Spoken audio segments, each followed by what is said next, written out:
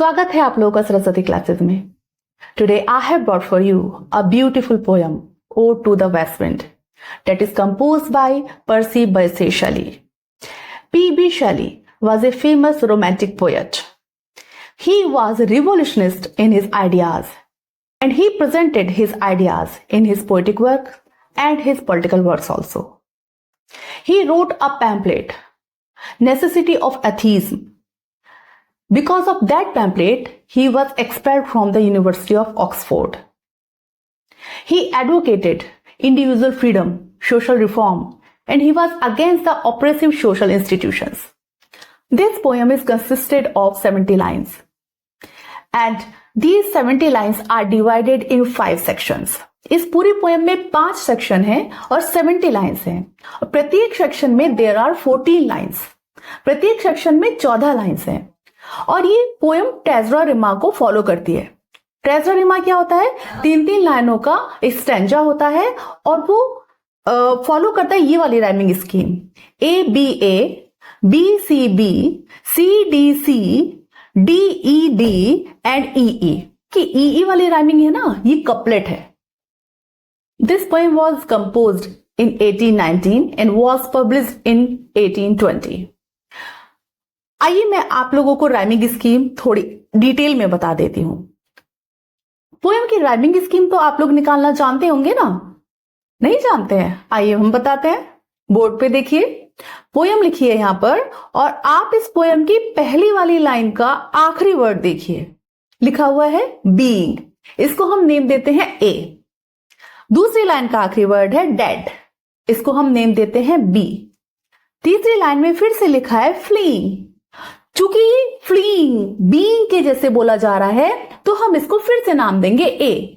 तो first stanza में कौन सी वाली राइमिंग स्कीम हुई? ए बी ए। अब नेक्स्ट स्ट्रेंजा पे पहुंचिए, रेड, डेड की तरह बोला जा रहा है तो इसको हम नाम देंगे बी। दो, सी, बेड, रेड की तरह बोला जा रहा है तो इसको हम नाम देंगे बी। इसी तरीके से आगे राइमिंग स्कीम चलती जाएगी। और इस एकदम लास्ट वाली 2 लाइनें देखिए, एवरीवेयर एंड हेयर, यहां पर राइमिंग स्कीम होगी ई ई। आई थिंक आप लोगों को ये राइमिंग स्कीम समझ में आ गई होगी। तो शुरू करते हैं पोएम को टेक्स्ट के साथ। O wild west wind, thou breath of autumn's being. पर पीबी शैली वेस्ट विंड को इंडिकेट करते हुए कहते हैं the breath of autumn's being, कि तुम इस ऑटम सीजन की ब्रेथ हो, सांसें हो। देखिए वेस्ट में 4 इंपॉर्टेंट सीजन होते हैं, autumn, winter, spring and then summer. तो इस वक्त ऑटम का सीजन चल रहा है और पीबी शैली वेस्ट विंड को एड्रेस कर रहे हैं और उसको बोलते हैं कि तुम इतनी इंपॉर्टेंट हो जितने मनुष्य के शरीर में ब्रेथ होती है, तो तुम ऑटम की ब्रेथ की तरह हो। ऑटम सीजन है तो वेस्ट विंड चलेगी ही चलेगी। Thou from whose unseen presence the leaves dead are driven. Thou यहां पर वेस्ट विंड को एड्रेस करते हुए कहते हैं तुम, जिसकी अनसीन प्रेजेंस ने, अनसीन प्रेजेंस विंड को देखा तो जा नहीं सकता है, इसलिए कहा जा रहा है जिसकी अनसीन प्रेजेंस ने the leaves dead are driven, जो सूखी झड़ी हुई पत्तियां हैं पेड़ों से उनको उड़ाया जा रहा है, उनको ये उड़ा रही है वेस्ट विंड। क्योंकि इस वक्त स्प्रिंग का सीजन है, सारे पेड़ों ने अपनी पत्ते गिरा दी है, सूखी पत्तियां गिर गई हैं और वेस्ट विंड चल रही है और इन पत्तियों को उड़ा रही है। Like ghost from an enchanter fleeing, ऐसे लगता है ये पत्तियां इतनी स्पीड से उड़ रही हैं, ऐसे लगता है जैसे कि कोई गोस्ट किसी तांत्रिक के प्रभाव से डर के भाग रहा हो। Yellow and black and pale and hectic red, कैसे कलर की हैं ये पत्तियां? येलो, ब्लैक, पेल पीले कलर की, येलो कलर की हैं, हेक्टिक रेड कलर की हैं। पेस्टिलियंस स्ट्राइकन मल्टीट्यूड्स। देखिए मैंने इंपॉर्टेंट लाइंस जो हैं वो यहां पर हाईलाइट कर दी हैं, आप लोग उनको ध्यान से देखिएगा। कुछ इंपॉर्टेंट वर्ड्स, इंपॉर्टेंट लाइंस जो हैं इस पोएम की वो एग्जाम्स पे पूछी जा सकती हैं, इसलिए यहां पर आप देखो पेस्टिलेंट स्ट्राइकन मल्टीट्यूड्स, किनको कह रहे हैं यहां पर पोएट? ये कहा जा रहा है सूखी गिरी हुई पत्तियों के लिए। इतने झुंड में, इतने समूह में ये पत्तियां नीचे गिरी हुई हैं और सूखी हुई हैं, लाइफलेस हैं, निर्जीव हैं कि इनको पीबी शैली कंपेयर करते हैं पेस्टिलेंट स्ट्राइकन मल्टीट्यूड्स कहते हैं। पेस्टिलेंट मीन्स होता है महामारी से, स्ट्राइकन माने मारे हुए, महामारी से मारे हुए, जैसे लोग पड़े रहते हैं इसी तरीके से इसी तादाद में ये पत्तियां नीचे जमीन पर पड़ी हुई हैं। O thou who chariotest to their dark wintry bed, O तुम, ओ वेस्ट विंड, जो इन पत्तियों की चैरिटर हो, सारथी हो, और इनको तुम ले जाती हो इनके डार्क विंट्री बेड तक। ये जो पत्तियां टूट के गिर गई हैं पेड़ों से, वेस्ट विंड इनको उड़ा के ले जाती है और फिर इनको उड़ा के मिट्टी के नीचे दबा देती है। अब चूंकि ऑटम के बाद विंटर सीजन आएगा और विंटर सीजन पश्चिमी देशों में इतना शार्प होता है कि उस समय कुछ भी नया काम नहीं होता, कुछ भी जर्मिनेशन नहीं होती, कोई भी सजीवता नहीं रहती है। तो वो विंटरी बेड पर पूरे विंटर के सीजन में ये पत्तियां ऐसे ही अपने बेड पर पड़ी रहेंगी, कोई भी इनमें सजीवता का लक्षण नहीं दिखेगा। The winged seeds where they lie cold and low, और ये जो वेस्ट विंड है सीड्स को भी उड़ा के ले जाएगी, सीड्स के विंग लग जाएंगे, विंग सीड्स के नहीं लगेंगे, इनफैक्ट ये जो वेस्ट विंड है ये ही उनको उड़ा के ले जाएगी और उनको ले जाकर पृथ्वी के नीचे दबा देगी। Each like a corpse within its grave, और ये जो सीड है जब हवा चलेगी तो सीड उनके साथ उड़ के जाएंगे और हवा के साथ साथ मिट्टी भी उड़ के जाएगी, सीड्स को ढक लेगी और इस तरीके से उनको अपनी कब्र में, उनकी कब्र में उनको डाल देगी, जिस तरीके से एक मृत व्यक्ति को उसके कॉर्फिन में डाल दिया जाता है। यहां पर सीड्स की तुलना की गई है कॉर्प्स से।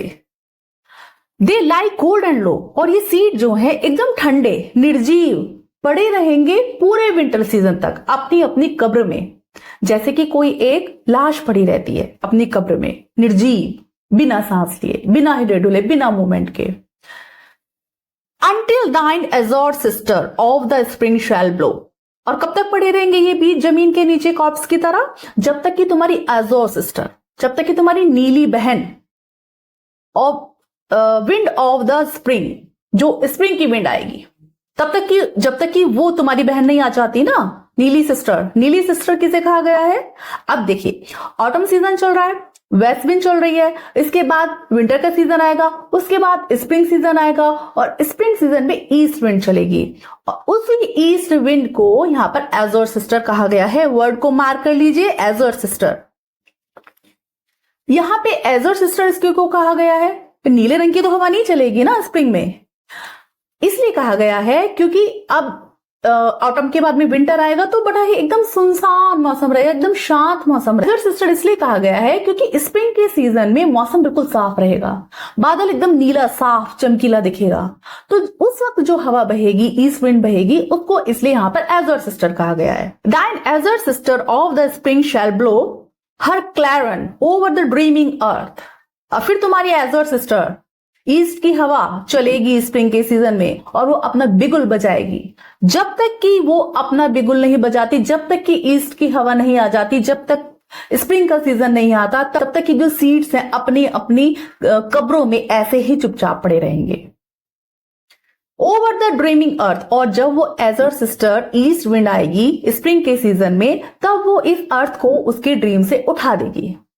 पूरे विंटरी सीजन क्या करेगी अर्थ? सोएगी, सपना देखेगी।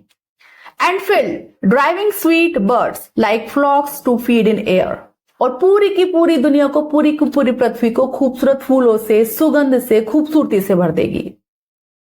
With living hues and odours plain and hill, plain पर, हिल पर, हर जगह पर खूबसूरत कलर, ह्यूज सुंदर कलर, एंड ऑर्डर्स फ्रेग्रेंस, सब जगह यही विद्यमान होंगी क्योंकि स्प्रिंग के सीजन में जर्मिनेशन होगा, प्रकृति अपना सुंदर रूप धारण कर लेगी।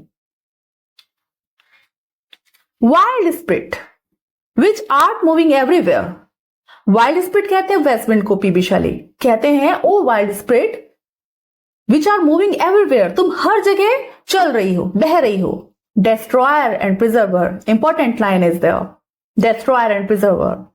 हेयर ओ हेयर, सुनो ओ वेस्ट विंड सुनो, तुम डेस्ट्रॉयर भी हो और प्रिजर्वर भी हो। डेस्ट्रॉयर कैसे है?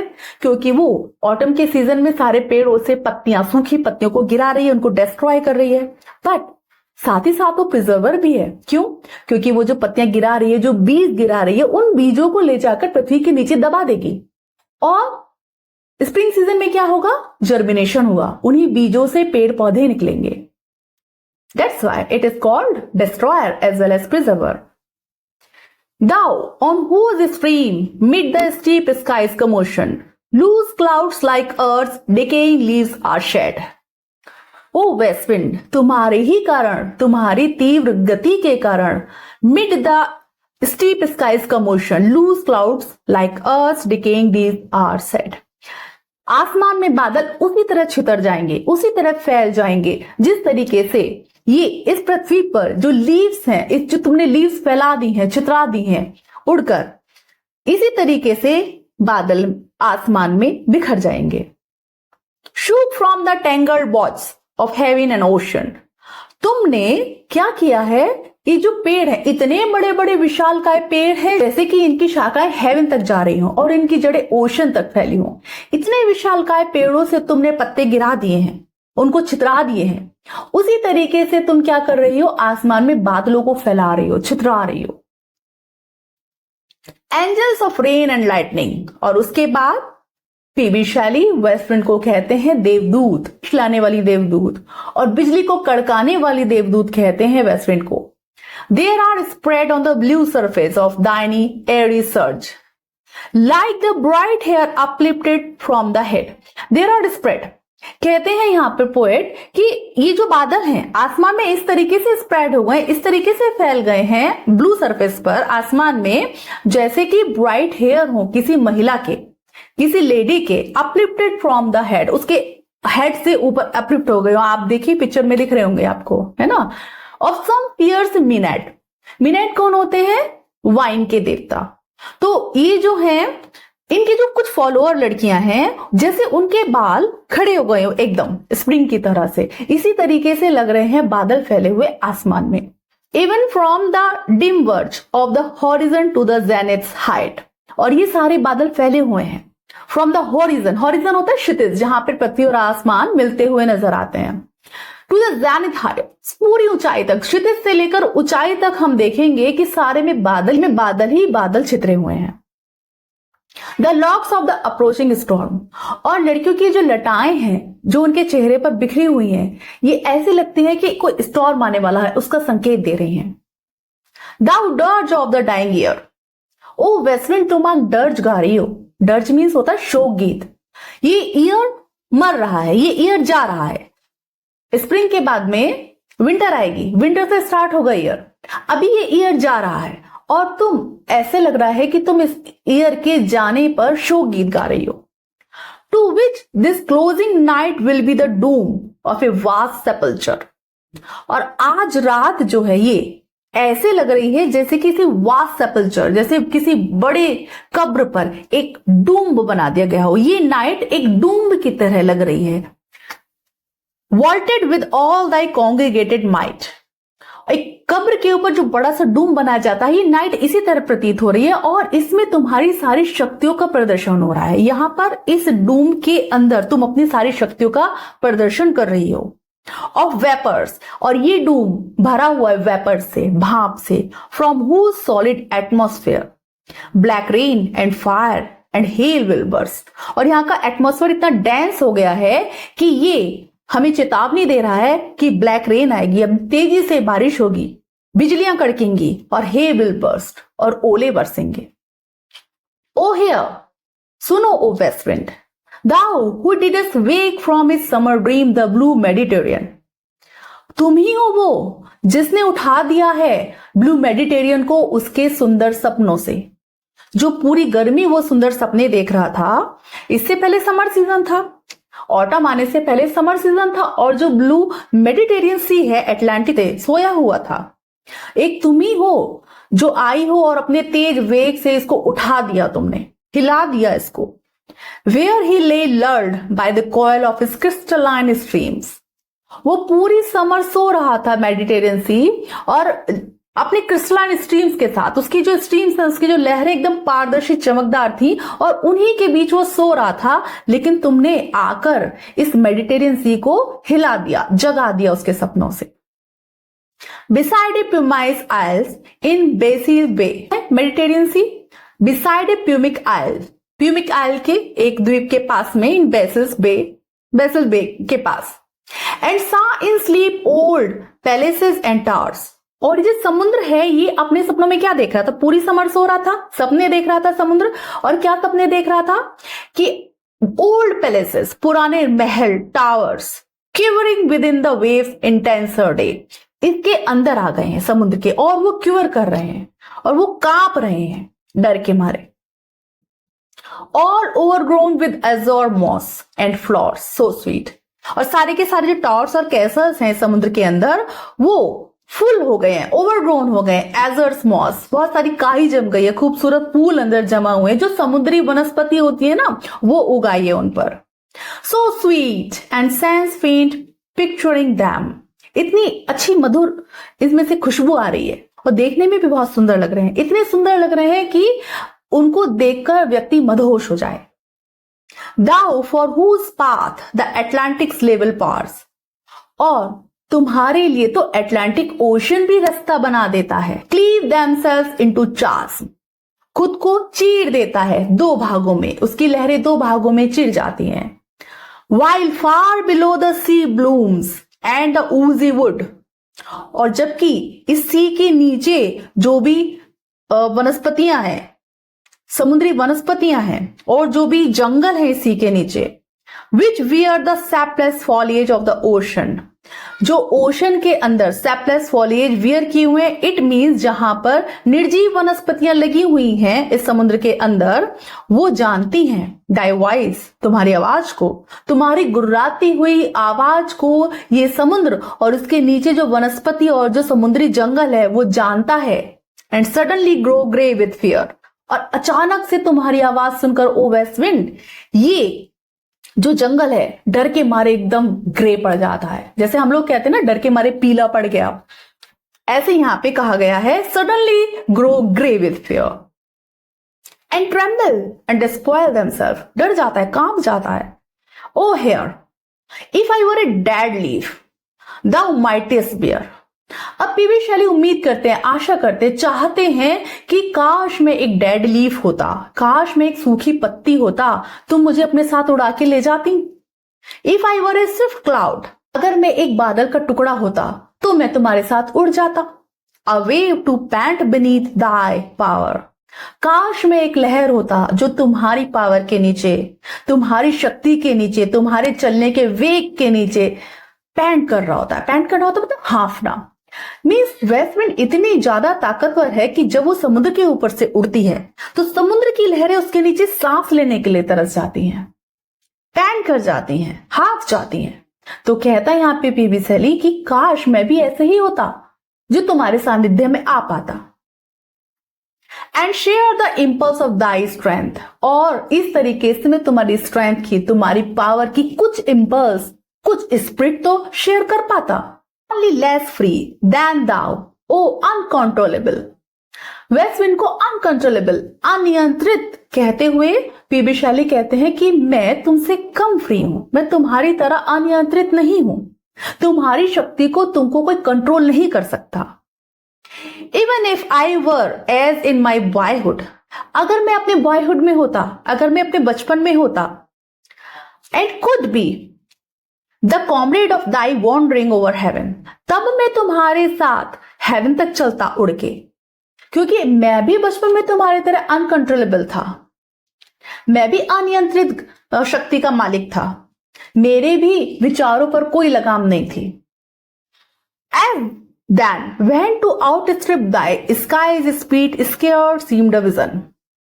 कहते कि अगर मैं बचपन में अगर मैं अपने बचपन जैसा अभी भी होता, वही मेरे अंदर लड़कपन होता, तो मैं तुम्हारे साथ हेवन तक चलता, तुम्हारी गति के साथ कंपीट करता। बट आई एम एफ्रेड कि मैं तुम्हारी गति को मैं तुम्हारी गति को ओवरटेक नहीं कर पाता। Your skies speed scarce seemed a vision. अभी भी मेरे को एक सपना लगती है कि मैं तुम्हारी जो स्पीड है, इतनी तेज स्पीड है कि मैं इसको पार कर पाता। ऐसा कभी भी नहीं होता, ये मेरे लिए केवल एक सपना समान होता। I would never have striven as thus with thee in prayer in my sore need। PV शैली कहते हैं कि मैं कभी भी तुमसे ये प्रेयर नहीं करता अपने किसी भी दुख दर्द में, सोर नीड में मैं तुमसे कभी भी ये प्रेयर नहीं करता। कौन सी प्रेयर? ये वाली, O lift me as a wave, a leaf, a cloud. ओ मेरे को उठा लो एक लहर की तरह, एक सूखी पत्ती की तरह, एक बादल के टुकड़े की तरह अपने साथ उड़ा ले चलो। I fall upon the thorns of life, I bleed. मैं इस दुनिया के दुख कष्ट भरे कांटों पर गिर चुका हूं, मैं ब्लीड कर रहा हूं। इंपॉर्टेंट लाइन है ये, I fall upon the thorns of life, I bleed. Best friend, अगर मैं तुम्हारी तरह अनकंट्रोलेबल होता, पावरफुल होता, अगर मेरे अंदर इतनी स्ट्रेंथ होती जितनी तुम में है, तो मैं तुमसे कभी भी ये प्रेयर नहीं करता, अपनी किसी भी सोर नीड में प्रेयर नहीं करता जो मैं तुमसे आज कर रहा हूं। मुझे भी अपने साथ एक सूखे पत्ते, एक बादल के टुकड़े, एक लहर की तरह उड़ा ले चलो, क्योंकि मैं इस दुनिया की दुख दर्द कष्ट और तकलीफों से तंग आ गया हूं। I fall upon the thorns of life, I bleed. मैं ब्लीड कर रहा हूं। A heavy weight of ours has changed and bored one too like thee, shameless and swift and proud. A heavy weight of ours. इस समय की गति ने, इस समय ने मेरे को चेन कर दिया, मेरे को बंधनों से बांध दिया है। जैसे जैसे मैं उम्र में बढ़ता जा रहा हूं, जैसे जैसे मेरा समय पास होता जा रहा है, इस समय ने मेरे को बांध दिया है चेन से, एंड बोर्ड, और झुका दिया है इसने, मुझे शक्तिहीन बना दिया है। वन टू लाइक दी, कभी मैं तुम्हारी तरह था, दी तुम्हारी तरह था, टेमलेस, स्विफ्ट एंड प्राउड, एकदम अनियंत्रित, फास्ट और strong. Make me thy lyre, मुझे अपना वाद्य यंत्र बना लो। Even as the forest is, जैसे तुम फॉरेस्ट को बनाती हो, जब वेस्टर्न फॉरेस्ट में से गुजरती है तो एक शर शर की जो आवाज आती है ना, उसी को कह रहे हैं यहाँ पे पीवी शैली कि तुम जब फॉरेस्ट से गुजरती हो तो म्यूजिक प्रोड्यूस करती हो, तो मेरे अंदर से गुजरो, एक म्यूजिक प्रोड्यूस करो। What if my leaves are falling like its own, तो क्या हो गया अगर मेरी खुद की लीव्स खुद ही गिरे जा रही हैं? मीन्स मेरी शक्ति खुद ही क्षीण होती चली जा रही है, मैं निर्बल होता चला जा रहा हूं, तो क्या? The tumult of thy mighty harmonies will take from both a deep autumnal tone, sweet thought in sadness. कोई बात नहीं, अगर मैं निर्बल होता चला जा रहा हूं तो अगर तुम मेरे अंदर से गुजरोगी तो मैं, बोथ कौन? एक तो मैं और एक जंगल, फॉरेस्ट, दोनों के दोनों एक प्यारी ऑटमनल टोन निकालेंगे। वो मेलंकलिक होगी, स्वीट थॉट्स इन सैडनेस, लेकिन वो फिर भी बहुत मधुर होगी। मेलंकलिक थॉट्स होंगे मेरे, लेकिन वो फिर भी बहुत मधुर लगेंगे, खानों को बहुत अच्छे लगेंगे। Be thou spirit fierce, be thou spirit fierce my spirit, be thou me impetuous one. O west wind, मुझे अपना बना लो, खुद में मुझको मर्ज कर दो। बी दाउ मी, खुद को मैं बना लो, इम्पीटियस वन, हम दोनों मिलके एक हो जाएं, ऐसा करो। Drive my dead thoughts over the universe, मेरे इन डेड थॉट्स को, मेरी जो पोएटिक थिंकिंग है, मेरी जो थिंकिंग है, मेरे जो थॉट्स हैं, उनको पूरे यूनिवर्स में फैला दो। लाइक विदर्ड लीव्स, जैसे कि सूखी पत्तियों को तुम फैलाती हो, to quicken a new birth. और सूखी पत्तियों को जब फैलाती हो तो क्या होता है? उनसे नई जिंदगी का आरंभ होता है। इसी तरीके से मेरे थॉट्स को तुम पूरे यूनिवर्स में फैला दो। And by the incantation of this verse, मेरी जो वर्स है, मेरी जो पोएम्स हैं, इनको तुम फैला दो पूरे यूनिवर्स में और इनका पुनर्जन्म होने दो।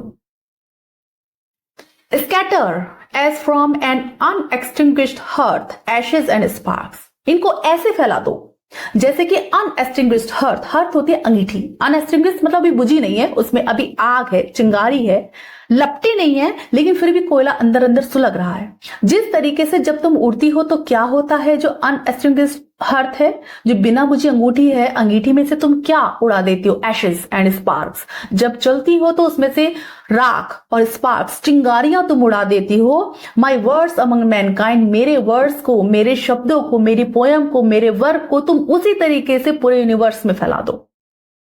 Be through my lips to unawakened earth, मेरे लिप्स से बहो, मेरे होठों से निकलो तुम और इस पूरी दुनिया में मेरे शब्दों को फैला दो। The trumpet of A prophecy, बाद में पीबी शैली वेस्ट विंड को ट्रम्पेट ऑफ प्रोफेसी कहते हैं, मीन्स उसको भविष्य वक्ता कहते हैं। और कहते हैं O wind, if winter comes can spring be far behind. Last की लाइनें इंपॉर्टेंट हैं और सबसे बड़ी बात यह है कि इसमें हम पीवी शैली का ऑप्टिमिज्म देखते हैं कि ऑटम के बाद विंटर आएगा, और अगर विंटर आ रहा है तो क्या स्प्रिंग दूर है? विंटर के बाद स्प्रिंग आएगी। मीन्स उनके कहने का मतलब ये है कि हमें आशावान रहना चाहिए। अगर इस वक्त विंटरी सीजन भी आने वाला है तो उसके बाद फिर से स्प्रिंग आएगा, फिर से नए जीवन का उदय होगा, फिर से जर्मिनेशन होगा, फिर से प्रकृति सुंदर लगेगी। In short, PB Shelley calls the west wind as destroyer and preserver both. वो डिस्ट्रॉयर है, वो पुरानी चीजों का नाश करती है, लेकिन नई चीजों के उदय के लिए, नई चीजों के जन्म के लिए पुरानी चीजों का, पुराने कॉन्सेप्ट्स का विनाश होना जरूरी है। इसीलिए पीवी शैली वेस्ट विंड से अपनी कंपेयर करते हैं, कहते हैं कि बचपन में वो वेस्ट विंड के जैसे ही थे, अनियंत्रित, उद्दंडी। आखिरी में पीवी शैली कहते हैं कि अगर विंटर आ रही है तो स्प्रिंग भी दूर नहीं है। मीन्स वो अपनी आशावादी सोच को व्यक्त करते हैं। तो ये थी आप लोगों की पोयम। आज के लिए इतना ही। अगली क्लास में मैं आप लोगों से फिर से मिलूंगी। तब तक के लिए नमस्ते।